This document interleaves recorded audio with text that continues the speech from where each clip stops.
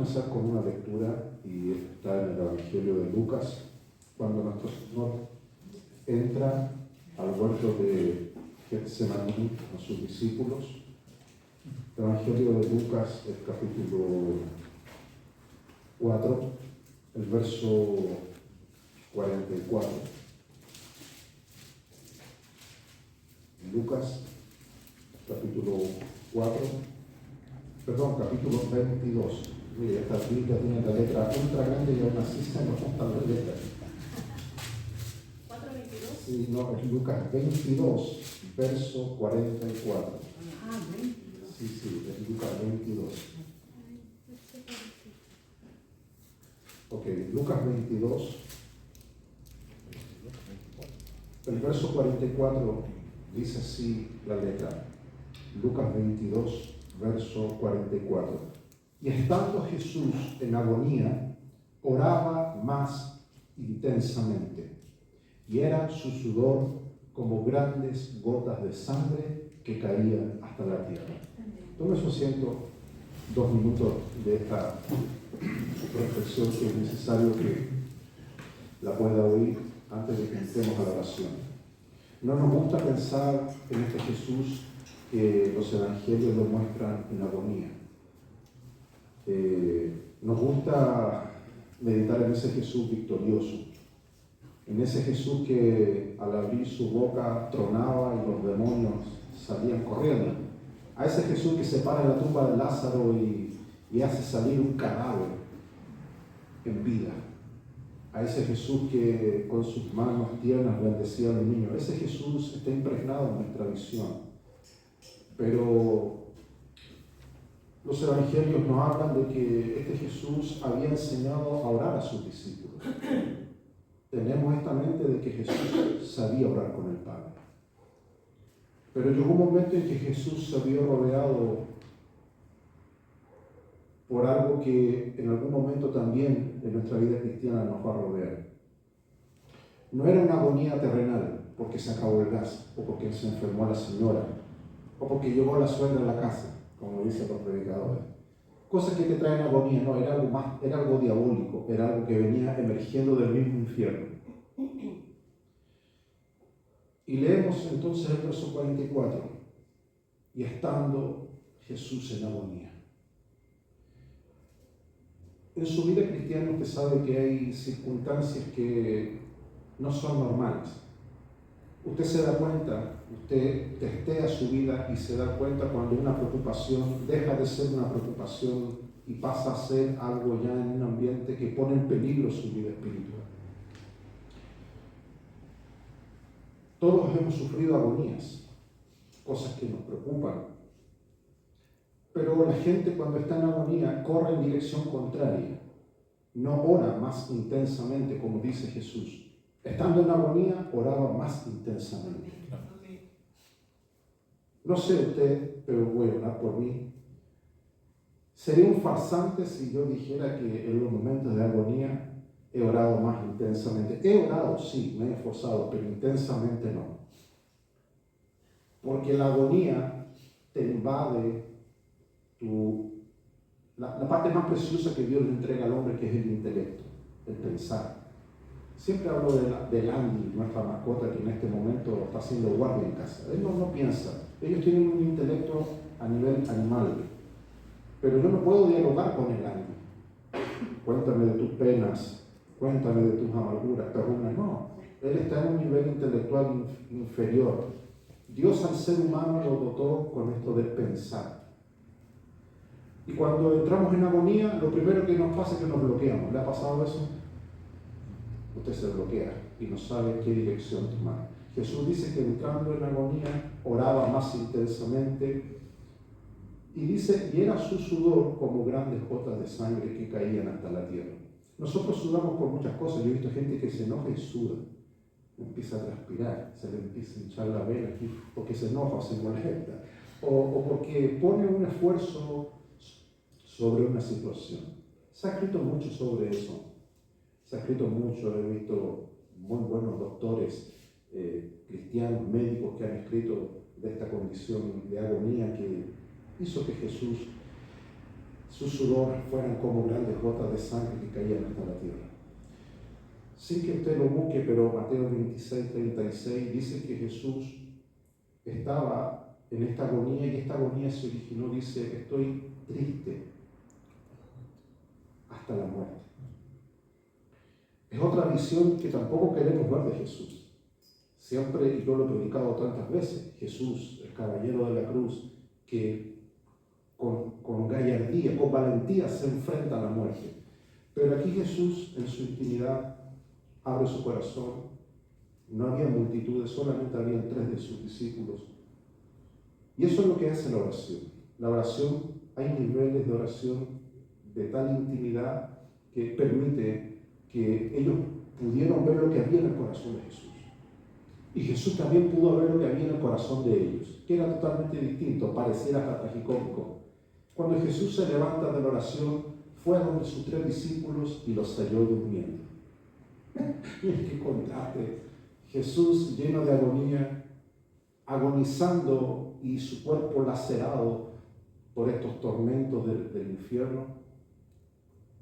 Tal vez dijo, mis discípulos me van a entender. Tal vez llevarán conmigo esta agonía. Pero cuando va a ver a sus 3 discípulos, lo halló durmiendo, dice. Durmiendo, en buen chileno, tuto. Cada uno tiene su postura regalona para dormir. Algunos abrazan la almohada, algunos duermen como caracol, otros duermen como crucificados. Pero es una posición de relajo que uno tiene. Dice que estos tipos estaban durmiendo, ni siquiera cabeceando, dice durmiendo. Pero había un origen para ese sueño. Dice, y los halló durmiendo a causa de la tristeza. Esa era la diferencia. Jesús nunca tuvo tristeza en su corazón. Nunca. Jesús nunca, a pesar de estar en agonía, oraba más intensamente, pero Jesús nunca, si Jesús se hubiese llenado de tristeza, hubiese estado durmiendo junto con ellos. Muchachos, hagan un lugar aquí, voy a poner mi saco de dormir, y se hubiese quedado a dormir con ellos, pero Jesús no se durmió.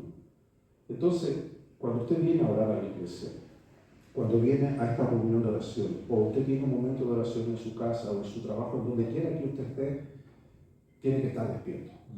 Aunque esté en agonía, pero despierto.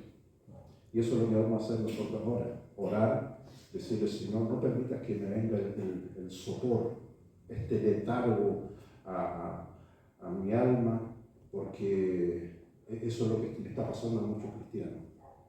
Se han quedado dormidos. En el mismo huerto, donde la voz de Jesús se escucha a lo lejos y después ya los tipos, la tristeza se los comió. Eso dice el texto. Los halló durmiendo a causa de la tristeza. Y Jesús es claro, dice, ¿por qué duermen? Levántense y lloren para que no entren en la tentación. Nos habla mucho este texto de que la entrada a la tentación, a la cual todo cristiano le teme, la puerta se llama el sueño, el dormir. Jesús lo dice claramente, manténganse en vela, vigilantes. Y la oración nos ayuda a eso. Mucha gente dice, yo, pastor, ore porque tengo una agonía en mi corazón. Y piensan y se defraudan cuando a veces se dan cuenta que en esa oración la agonía no se va, se profundiza. Pero va por buen camino mientras no se duerma. Y eso es lo que vamos a hacer nosotros.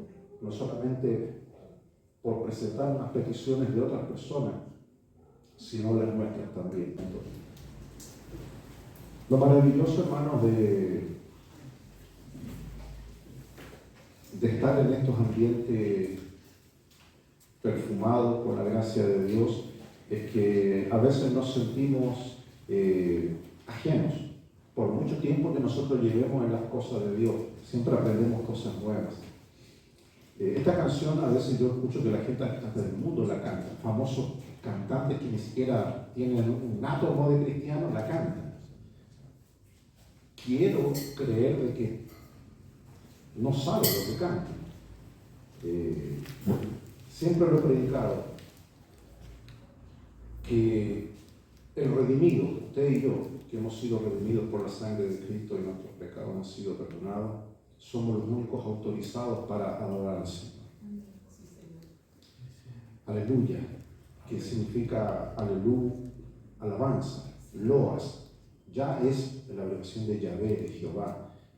Es alabado sea el nombre del Señor. Eso significa aleluya. Para nosotros que no somos judíos, tal vez los términos se pierden un poco y se diluyen, pero en el idioma en que usted lo diga, se entiende la idea de que lo que nos convoca es eso. Para terminar la idea de la oración, de lo que le daba al inicio y pasar a la reflexión, de repente me llega un mensaje al WhatsApp, y no miento, es así. Y no solamente uno, varias personas me dicen: obispo, usted que está cerca del Señor, ore y pídale al Señor los números del loto. Usted me los da a mí, así me dicen, usted me los da, yo cobro el premio y puede que a usted le caiga algo.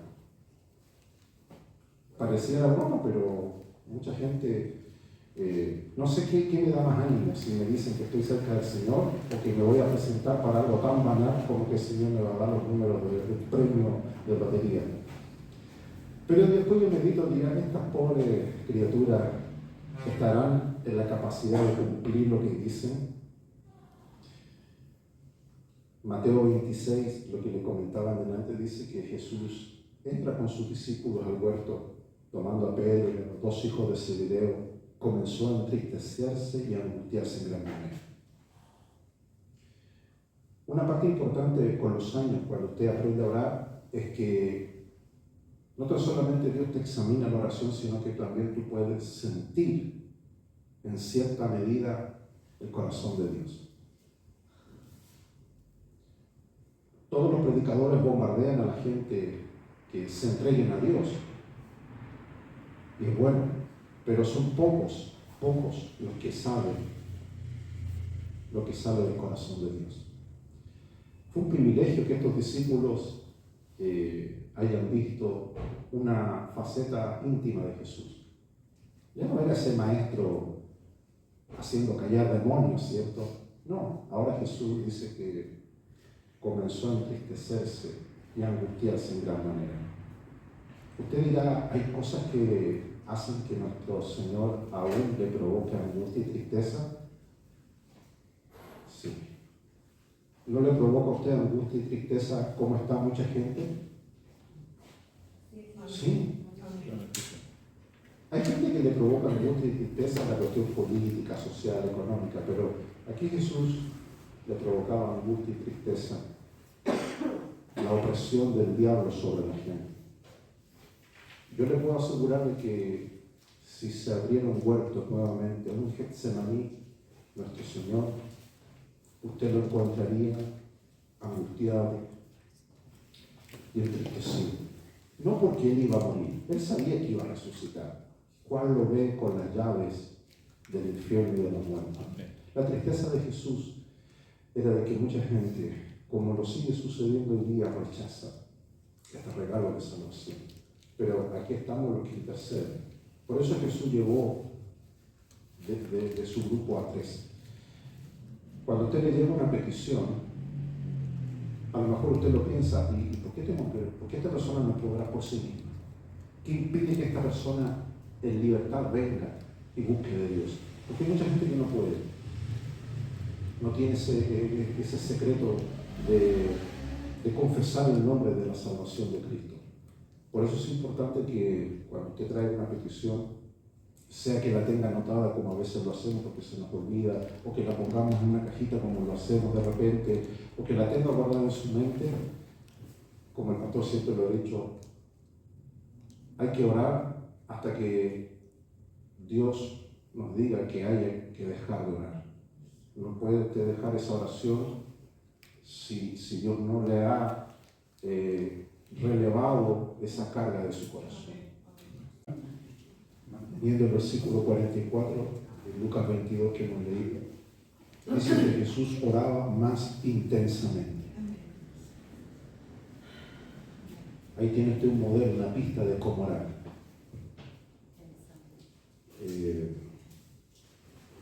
De repente, a veces me ha pasado, no sé, a lo mejor usted es más espiritual que yo, pero de repente voy orando y de repente, ¿qué pasó? Digo, me quedé dormido. Pasan 20 minutos y le digo, Señor, trata de arreglarla. Qué privilegio dormir en tu altar, digo, Señor. Por lo menos no me pillaste en el celular, ni viendo tele, no, me pilló durmiendo, Señor. Así que cuenta o no cuenta. Y me iba otra vez al verso 44 y verso 45. Los halló durmiendo a causa de la tristeza. Y el Señor me decía, mira, mientras no estés con esta tontera de andar triste por cualquier deseo, vale, descanse en el altar del Señor. Sí, lo que hay que extirpar del corazón es la tristeza. Eso es un veneno satánico que muchos cristianos dirían que tienen de todo, pero están tristes. Están tristes. Jesús, aún en agonía, oraba intensamente. Eso queremos hacer, orar intensamente. En la aflicción, en la tristeza, en la angustia, ser como nuestro Señor. No siempre va a ser así, no se aflija, porque dice que después Jesús se levanta de la oración. Se levanta. No salió gateando de la oración, así como apenas. No, se levantó. Esa oración surtió un efecto muy bueno en Jesús y salió a afrontar primeramente a sus discípulos. Ustedes dirán, ¿por qué los discípulos estaban tristes? Porque ellos no entendían lo que les comenté en la primera parte de la reflexión. Ellos no entendían por qué estaba pasando todo lo que estaba pasando. Y se pusieron tristes. Si a veces el origen de la tristeza es cuando perdemos el control de la situación. Dice que ellos estaban tristes, no querían ver a Jesús morir en la cruz, no querían que Jesús se fuera, no querían que hubiera un traidor entre ellos, no querían nada. Pero no se daban cuenta que esa era la ruta que los iba a redimir a ellos como discípulos. Así que cuando usted piense en sus problemas que usted está viviendo, sean cuales sean, no cometa esa locura de decir, Señor, sáqueme de aquí. No. Ese lugar donde usted está, la situación que usted está viviendo es la precisa para que usted ore más intensamente.